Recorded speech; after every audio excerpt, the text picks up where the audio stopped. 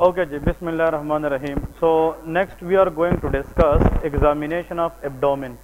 کہ abdominal examination کیسی کرنی ہے. ٹھیک ہے، میں تو آپ لوگوں کو بار بار یہی بتاؤں گا کہ اوسکی کے جتنے بھی وائواز ہوتے ہیں یا ایگزامینیشن، اس میں یا تھائرائڈ آتا ہے یا کارڈیو واسکولر آتی یا ہمارے پاس چیسٹ ایگزامینیشن، لیکن ایبڈومن بھی آ سکتا ہے. تو abdomen is a major cavity of the body, یہ باڈی کی میجر کیوٹی ہے. اس کے اندر پھر آپ لوگوں کو وہ اسپیسیفک بتائیں گے کہ لیور کی ایگزامینیشن کریں یا اسپلین کی کریں یا کڈنی کی کریں. یہ ہم نے ابھی دیکھنا ہے اس کی اپروچ کیا ہے اور اس میں ہم کیا کریں گے.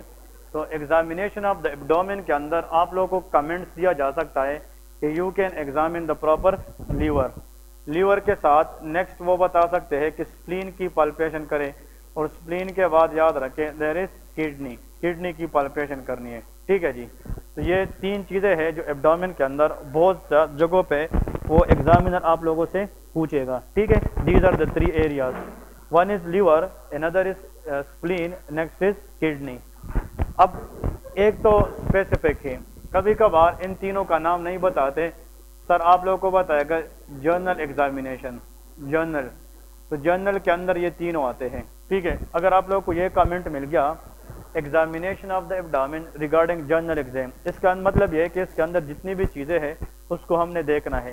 کبھی کبھار وہ کہتے ہیں examine the abdomen and focus on the liver, وہ اسپیسیفک ہو جاتا ہے، یا focus on the kidney, focus on the spleen. ٹھیک ہے، سب سے پہلے ہم پیشنٹ کے پاس جاتے ہیں اور پیشنٹ کو گریٹ کرتے ہیں. یہ سب کو پتہ ہے، سلام کرتے ہیں اور پیشنٹ کی رسپانس وعلیکم سلام ہوتا ہے. پھر ہم اپنے آپ کی آئیڈینٹی بتاتے ہیں کہ میرا نام ڈاکٹر علی ہے، اس ٹیم کا حصہ ہوں جو آپ کی پیٹ کا معائنہ کر رہی ہے. ٹھیک ہے، پروفیسر صاحب نے آپ کی پیٹ کا معائنہ کرنے کے لیے کہا گیا ہے، امید ہے کہ آپ تعاون کریں گے. ٹھیک ہے، پیشنٹ کہے گا جی. پیشنٹ کے نام پوچھتے ہیں اور اس کا صرف کیا پوچھتے ہیں، ایج پوچھتے ہیں، name and age of the patient. پھر یہ بتاتے ہیں کہ اس معائنے کے دوران ہم ہاتھ لگا کے معائنہ کریں گے، دیکھ کے کریں گے، اور کچھ آلات کا استعمال کر کے معائنہ کریں گے. کہیں پہ آپ کو معائنے کے دوران درد محسوس ہو تو آپ ہمیں بتا دیجئے گا، ہم اپنا معائنہ روک دیں گے. ٹھیک ہے، اور اس معائنے کو بہتر بنانے کے لیے آپ کی جو قمیص ہے وہ چھاتی تک اوپر کرنا ہوگا، کیونکہ جو ڈائفرام ہے وہاں سے نیچے کیا سٹارٹ ہوتا ہے، ایبڈومن. اس کی جو شرٹ ہے یا قمیص ہے وہ ڈائفرام کی لیول تک اوپر کرنا ہوگا. Exposure of the patient is very very important. تو آپ لوگوں نے دیکھیں ہیڈنگز میں آپ لوگوں نے یاد رکھنی ہے. تو سب سے پہلے ہم کرتے گریٹنگ، گریٹنگ میں ہم سلام کرتے ہیں. پھر ہم اس کے بعد رسپانس وہ وعلیکم سلام بولے گا، یہ چیز آپ لوگوں کا سٹیم ہے مین. پھر اس کے بعد آپ انٹرو دے دیں، اپنے آپ کا انٹرو دے دیں کہ آپ کون ہیں. ٹھیک ہے، انٹروڈکشن. پھر یہاں پہ آپ پیشنٹ سے کیا کریں، بایو ڈیٹا پوچھیں کہ بھائی پیشنٹ کا نام کیا ہے اور اس کی ایج کیا ہے. کلیئر ہے؟ یہاں پہ آپ نے بتا دیا کہ میں ڈاکٹر علی ہوں اور مجھے پروفیسر صاحب نے آپ کی پیٹ کا معائنہ کرنے کے لیے کہا ہے. آپ کا نام اور آپ کی عمر کتنی ہے. پھر جب وہ بتائے گا پھر آپ اس کو ایکسپلین کریں کہ تم کرو گے کیا، what you will do in the examination. پھر آپ نے بتانا ہے کہ میں دیکھ کے معائنہ کروں گا، ہاتھ لگا کے معائنہ کروں گا، کچھ آلات کا استعمال کر کے معائنہ کروں گا. تو پیشنٹ نے آپ کو جو پروسیجر یا جو ایگزامینیشن آپ نے کرنی ہے اس کو کیا کر دیا ہے، ایکسپلین کر دیا ہے. جب آپ ایکسپلین کرتے ہیں پھر یہاں پہ ہم پیشنٹ سے کنسنٹ لیتے ہیں کہ آیا اس کی اجازت ہے کہ نہیں ہے. ٹھیک ہے، کنسنٹ لیتے ہیں، کنسنٹ ملے گی، ہاں ملے گی تو ہم پیشنٹ کو پراپر کیا کریں گے، ایکسپوز کریں گے. تو پھر ایکسپوجر آئے گا. کلیئر ہے؟ کیونکہ کنسنٹ کے بغیر آپ پیشنٹ کو ایکسپوز نہیں کر سکتے. تو کنسنٹ ملے گی اور کنسنٹ کے بعد ہم پیشنٹ کو ایکسپوز کریں گے. ایکسپوز کرنے کے بعد آپ پھر اپنا معائنہ سٹارٹ کریں گے. کہاں سے؟ انسپیکشن سے. کہاں سے؟ انسپیکشن سے. تو جب ہم ایبڈومن کو انسپیکٹ کرنے لگ جائے we should set the patient at 45 angle. کس اینگل پہ؟ 45. اب تین چیز یاد رکھیں، چاہے ہم ہارٹ کی ایگزامینیشن کریں، چیسٹ کی ایگزامینیشن کریں یا ایبڈومن کی کریں، انیشیل جو پوزیشن آف دا پیشنٹ ہے وہ کیا ہے، 45 اینگل ہے. یہ چیز یاد رکھیں. اور ہم بیڈ کے اینڈ سے سٹارٹ کریں گے اور پیشنٹ کی جو ٹمی ہے، ایبڈومن ہے، اس کے اوپر فوکس کریں گے. یہاں پہ لکھے بیڈ اینڈ سے، بیڈ کے آخر سے سٹارٹ کریں گے، یہ ہمارا پرائرٹی ہے. آخر سے معائنہ شروع کریں گے. جو معائنہ ہم کریں گے ایگزامینیشن وہ ہم بیڈ کے اینڈ سے کریں گے، آخر سے کریں گے. کلیئر ہے؟ اس میں ہم کیا دیکھیں گے، نمبر 1 ایبڈومینل ڈیفارمٹی ہو سکتی ہے کہ نہیں. کہ جو ایبڈومن ہے اس کی ڈیفارمٹی ہو سکتی ہے کہ ایبڈومن ایک جیسا یونیفارملی ہے کہ نہیں، کہیں پہ سویلنگ وغیرہ تو نہیں ہے. کبھی کبھار ایبڈومن میں بہت سویلنگ ہوتی ہے، تو سویلنگ سے مراد یہ ٹیومر بھی ہو سکتی ہے، یہ کرونک کانسٹیپیشن بھی ہو سکتی ہے. سویلنگ کا مطلب may be your patient is female and she is a pregnant, fetus بھی ہو سکتی ہے، اور یہی سویلنگ اسائٹس بھی ہو سکتی ہے. کیونکہ جب ایڈیما ہوتا ہے ایبڈومن کے اندر، ایبڈومینل ڈسٹنکشن ہوتا ہے. کیا ہوتا ہے؟ Abdominal distinction. تو ایبڈومینل ڈیفارمٹی کے اندر ایبڈومینل ڈسٹنکشن ہم دیکھتے ہیں. کلیئر ہے؟ Abdominal distinction. اگر آپ دیکھتے ہیں کہ ایبڈومن کے اندر کیویٹی بنی ہے، مطلب ایبڈومن جو ہے وہ اندر کی طرف گیا ہے، اس کا مطلب یہ ڈی ہائیڈریشن کا کیس ہو سکتا ہے. جب باڈی سے ایکسس فلوئڈ لاس ہو جائے تو باڈی کی جو والیوم ہے وہ کم ہو جائے، ایبڈومن کیویٹی میں چلا جاتا ہے نیچے کی طرف. Abdominal cavity is a sign of dehydration, but abdominal distension is a sign of swelling. مین ٹیومر ہو سکتا ہے، فیٹس ہو سکتا ہے، پلیٹس ہو سکتا ہے، اور آخر میں آپ لوگوں نے یاد رکھنا ہے کہ دیٹ از مے بی اسائٹس. یہ کیا ہو سکتی ہے؟ اسائٹس ہو سکتی ہے. یہ تین چیزیں ہم ایگزامینیشن میں دیکھتے ہیں. پھر یہ دیکھتے ہیں کہ اوورال جو ایبڈومن ہے اس کی کلر کیا ہے. اگر وہ یلو ہے، اسکن آف دا ایبڈومن، یہ جوائنٹس ہو سکتی ہے، کیونکہ لیور کے جتنے بھی ڈیزیز ہوتی ہے اس میں بلروبن کیا ہو جاتا ہے؟ انکریز، اور ایکسس بلروبن کین کاز جوائنٹس. تو دیکھ سکتے ہیں کہ نہیں؟ تو یہاں سے ہم نیکسٹ کیا دیکھیں گے؟ جوائنٹس دیکھیں گے. یہ آپ نے جناب پوائنٹس دیکھ لیے. پھر آپ بیڈ اینڈ سے جا کر رائٹ سائڈ اپروچ کریں گے اور کلوزر رک کریں گے. نیئر ٹو دا ایبڈومن جا کر کلوز اس ایبڈومن کو دیکھیں گے. یہاں پہ لے کے مریض کے پاس جائیں، مریض کے نزدیک جانا، ٹھیک ہے، اور کلوزر لک سے نیئر ایگزامینیشن کرتے ہیں. کس چیز کی؟ چیسٹ کی. تو اس میں ہم اسکار دیکھ سکتے ہیں کہ نہیں. بھائی کبھی کبھار پیشنٹ نے کوئی اپینڈیکٹومی کی ہو پہلے، تو اپینڈیکٹومی کی اسکار ہو سکتی ہے کہ نہیں. اگر ایک پیشنٹ ہے اس نے پہلے کولیسسٹیکٹومی کی ہے، گال بلیڈر ریموو کیا ہے، تو وہاں پہ انسیجن کی اسکار ہو سکتی ہے کہ نہیں. ہمارے بہت سے لوگوں کو اس لیے ڈانٹتے تھے نا اسٹیپ 3 کے اندر، وہ ایگزامن تو کر دیتے لیکن کبھی کبھار ایسا بندہ لیٹایا ہوتا ہے کہ اس کی پہلے کیا ہوتی ہے؟ اپینڈیکٹومی یا کولیسسٹیکٹومی. تو جب آپ ایبڈومن کو ایگزامن کرتے، ابھی میں طریقہ بتاؤں گا، آپ لوگوں نے اینڈ سے لے کے آخر تک ایبڈومن کو فرنٹ سے بھی پورا دیکھنا ہے، لیفٹ سائڈ سے as well as right side, اور اس کے ساتھ لیٹرل بارڈرز بھی دیکھنے ہیں. کیونکہ جو اپینڈکس کی انسیجن ہے یہ رائٹ لوور کوارڈنٹ میکبرنی پوائنٹ پہ دی جاتی ہے، اور جو اوپر انسیجن ہے یہ کولیسسٹیکٹومی کے لیے، یا کسی کی اگر مڈ لائن انسیجن ہے، اس بندے کی لیپراٹمی ہو گئی ہے. کیا ہو گئی ہے؟ Laparotomy. Laparotomy is a procedure in which we can open abdominal cavity. اس میں کیویٹی کو اوپن کیا جاتا ہے. تو اس کا مطلب یہ ہے کہ اسکار ہم نے ضرور دیکھنے ہیں، اور اسکار کے اندر اپینڈیکٹومی اسکار کو ضرور دیکھنا ہے کہ اس بندے کی اپینڈکس ہوئی ہے کہ نہیں. اپینڈکس از کامن اور not? It is very common problem. یا پیشنٹ کی پریویسلی گال بلیڈر ریموول ہوا ہے، اس کو کیا کہتے ہیں؟ کولیسسٹیکٹومی. کلیئر ہے؟ یا لیپراٹمی وغیرہ. پھر یاد رکھنا ہے کہ سیکنڈ نمبر پہ ڈائلیٹڈ وین دیکھتے ہیں. کیا دیکھتے ہیں؟ Dilated vein. اگر ڈائلیشن آف دا وین آپ کو دیکھنے کو ملے کس لیول پہ؟ Umbilicus, that is called caput medusa. یہ نام سنے کہ نہیں؟ That is called caput medusa which is a sign of portal hypertension. یہ کیا بتاتا ہے؟ Portal hypertension.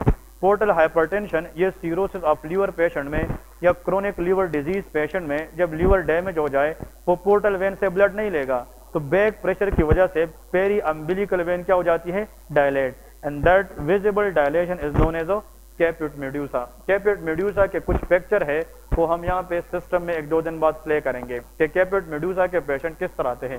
نیکسٹ آپ لوگوں نے یہاں پہ دیکھنا ہے کہ ڈائلیشن آف دا وین اگر مل جائے ابو دا نیپل، نیپل کے اوپر یا چیسٹ کے اوپر، اس کو ہم اسپائڈر اینجیومیٹا کہتے ہیں. That is called spider angiomata. تو spider angiomata is a dilated vessel above the breast یا nipple area. This is also a sign of portal hypertension. دیکھیں ایگزامینیشن میں ہم ڈائلیٹڈ وین دیکھتے ہیں اور ایگزامینیشن کے اوپر ہم اسکار دیکھتے ہیں. کلیئر ہے؟ آپ نے ایبڈومن کو ایگزامن کیا اور کلوزر لک سے آپ کو یہ بھی پتہ چلتا ہے کہ کوئی پلسٹائل ماس ہے کہ نہیں ہے. کبھی کبھار جب آپ ایبڈومن کے ساتھ نزدیک جاتے ہیں تو پلسٹائل ماس ہمیں دیکھنے کو ملتا ہے. ایبڈومن کا یہ جو مڈ ہے اس میں اس طرح پلسٹائل ماس ہمیں دیکھنے کو ملتا ہے، and that is a sign of abdominal aortic aneurysm. یہ کس کا سائن ہوتا ہے؟ Abdominal aortic aneurysm. کیونکہ ایبڈومن کے اندر جو مین ایورٹا ہے اس کا نام کیا ہے؟ ایبڈومینل ایورٹا ہے. اور ایبڈومینل ایورٹا کی اگر آؤٹ پاؤچنگ ہو جائے، فار ایگزامپل یہ ایبڈومینل ایورٹا ہے، اس کی اگر آؤٹ پاؤچنگ ہو جائے باہر کی طرف اس طرح، تو اس کو ہم کیا کہتے ہیں؟ Abdominal aortic اینوریزم. تو اس کے اوپر پریشر زیادہ ہوگی کہ کم؟ زیادہ ہوگی، اور زیادہ پریشر کی وجہ سے اس کے اندر پلسٹائل ماس ہوگا. Pulsatile mass in the front of the abdomen on your inspection is a hallmark of abdominal aortic aneurysm. یہ کوشچن مجھ سے خود بھی پوچھا تھا اسٹیپ 3 میں، کہ کروایا نہیں تھا، اس نے مجھے خود بولا ڈاکٹر صاحب if my patient has abdominal aortic aneurysm what you will look for the date answer is pulsatile mass. ہم پلسٹائل، کیونکہ یہ تو آرٹری ہے نا، اور آرٹری کے اندر بلڈ کی پریشر کیا ہوتی ہے؟ زیادہ ہوتی ہے، لائک پلس، یہ پلسٹائل ماس ہوتا ہے. تو آپ لوگ اس کے نیچے لے کے this will be a case of abdominal aortic aneurysm. Clear ہے؟ This is a very very important point. ٹھیک ہے، تو یہ ہم انسپیکشن پہ دیکھتے ہیں. تو just remember scar we will look dilated when we should look in pulsatile mass. اور کوئی ڈیفارمیٹی وغیرہ ہے وہ تو آپ لوگوں کو ڈائریکٹ پتہ چل جائے گی. کلیئر ہے جی؟ نیکسٹ پوائنٹ، اس کے بعد پالپیشن سٹارٹ ہوگی. یہ سارا کا سارا کیا تھا؟ انسپیکشن.